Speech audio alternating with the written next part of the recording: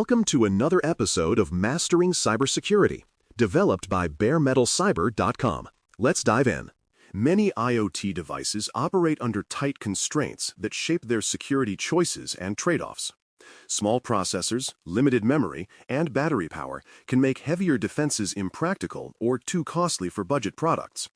Product teams also feel pressure to ship quickly, keeping unit price low and emphasizing new features that buyers can see and compare.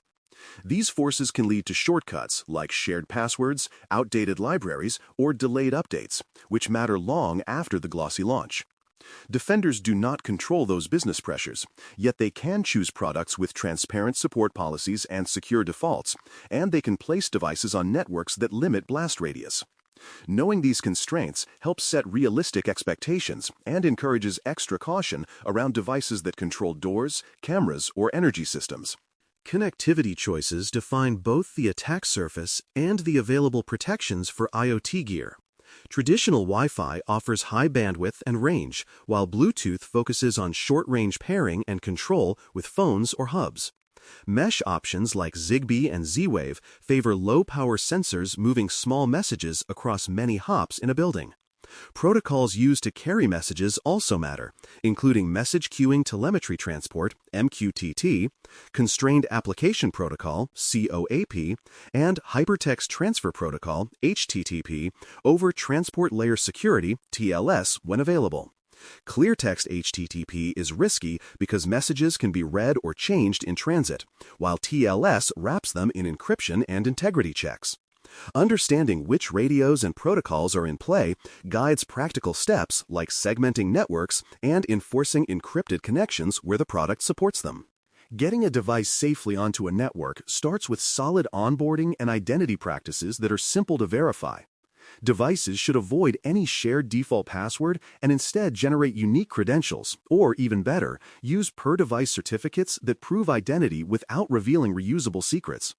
A certificate is a digital credential that lets a device authenticate to a service using a private key stored securely, while the service checks a matching public key. Protected key storage using a secure element or trusted hardware keeps that private key harder to extract, even if someone holds the device. Pairing steps that show a code on both sides and require confirmation help stop silent takeovers during setup. When onboarding ends with unique identity and minimal privileges, later compromises are much less dramatic. Keeping control over time requires confidence in firmware integrity and an update process that cannot be easily tricked. Secure boot is a device behavior where the processor verifies that the firmware is signed by a trusted key before running it, preventing altered images from starting.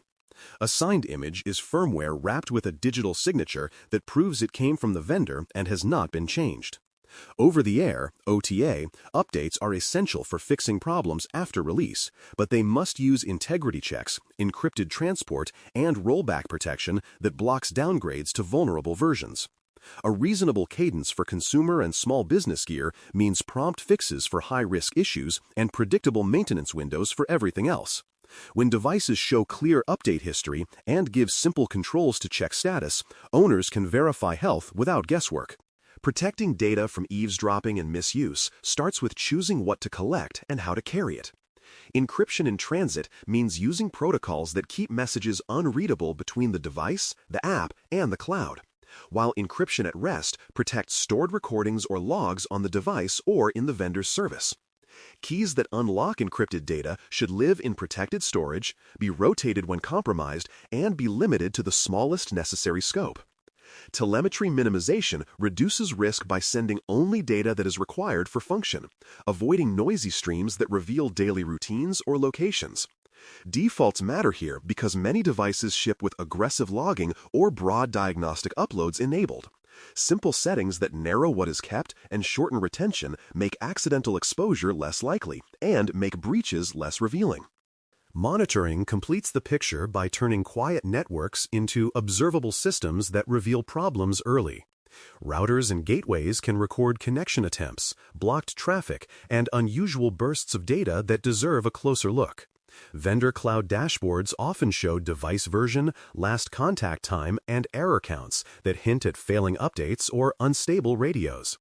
A simple baseline of normal behavior helps, such as noting typical daily data volume, expected active hours, and known destination domains.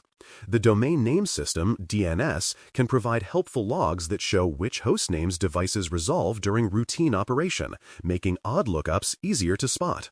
Anomaly detection does not require advanced tools when owners know what ordinary looks like and check for meaningful departures from that pattern. Many IoT products rely on accounts, apps, and vendor services that introduce third-party risks beyond the device itself. An application programming interface, API, connects apps and services so features work, which means exposed or poorly protected endpoints can become attractive targets. Account hardening with multi-factor authentication, MFA, raises the bar because a stolen password alone cannot open the door. Where available, single sign-on, SSO, centralizes identity with stronger policies and better visibility into logins and devices. Privacy settings deserve careful attention because they control data sharing, recording defaults, and whether analytics are tied to identities that can be traced back. Vendor reliability matters too, including update history, transparency reports, and clear support timelines that match the expected life of the device. A reliable inventory and lifecycle plan keeps surprise from turning into confusion when something breaks or ages out. An inventory is a simple record of device names, locations, network attachments, versions, and support status, so nothing is forgotten when updates arrive. Marking which devices are still receiving security fixes guides decisions about isolation or replacement before a gap becomes a risk. Scheduling small maintenance windows helps apply updates without disrupting critical operations that depend on cameras or sensors.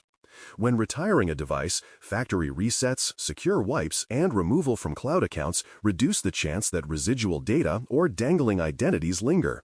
Clear handoffs during resale or disposal make sure control stays with the intended owner and that records reflect the change. Turning these ideas into action works best with a small risk playbook that prioritizes changes by impact and effort. Begin with easy habits that close big gaps, such as changing defaults, enabling updates, and segmenting devices away from primary computers. Follow with medium efforts that bring steady gains, like enabling MFA on vendor accounts, adding allow lists, and confirming encrypted connections for cloud services. For a tiny office, the same pattern applies with a few additions, including documenting device owners, noting business functions, and naming who approves changes to network rules. The plan grows at a comfortable pace because small wins stack into stronger posture over weeks rather than days. Focusing on everyday examples makes the approach practical for homes and small offices that cannot staff a full security team. A smart lock controlling a busy entrance deserves more attention than a garden sensor that only reads soil moisture twice a day. A camera facing a private area calls for careful data handling and strict access control, while a smart plug for seasonal lights may only need network isolation and updates. Budget and time are always finite, so choosing where to concentrate energy keeps momentum while avoiding burnout. The goal is reliable function with sensible guardrails, not perfection that delays needed improvements indefinitely. As confidence grows, owners can look beyond single devices and consider the behavior of groups that work together. Multiple sensors reporting through a common hub become easier to manage when the hub is patched and contained on its own segment. Traffic from hubs to cloud services can be reviewed and, when possible, limited to documented addresses that rarely change. When devices from different vendors must cooperate, test small changes before broad rollouts to catch version conflicts or lost functionality. Documenting what worked last time turns into a lightweight runbook for the next edition, reducing surprises and speeding recovery when something goes wrong. Some risks cannot be fully controlled by the owner because they live in vendor choices and supply chains. When a device stops receiving updates earlier than expected, isolation may be the safest path until replacement is practical. When a vendor account shows repeated suspicious logins, stronger authentication and a careful review of recovery options can restore confidence. If a device exposes an unexpected open service after an update, tightening firewall rules and checking vendor notes may close the gap. No single control solves everything, yet small controls in combination blunt the impact of surprises and make incidents smaller and easier to contain. Finally, resilience improves when decisions leave an evidence trail that future troubleshooting can trust. Keeping brief notes about device models, versions, update dates, and major configuration changes creates a timeline that explains strange behavior during outages. Saving a screenshot of a critical setting or a short export of router rules makes later verification straightforward. When new staff or family members help manage the environment, those notes shorten explanations and reduce accidental changes. Clear records also reveal patterns, like a device that struggles after every update, prompting consideration of replacement with a better supported model. Securing IoT does not require fear or expensive tools when the basics are handled with care and patience. The strongest results usually come from clear identity, trustworthy updates, smart data choices, and sensible network boundaries that limit surprises. Monitoring, account hardening, and simple inventories connect those pieces into a routine that exposes problems earlier and shrinks their blast radius. With realistic expectations and steady habits, connected devices can provide convenience and insight while staying within a defensible and understandable risk envelope. Thanks for listening. For more audio courses, daily newsletters, and more, please visit baremetalcyber.com.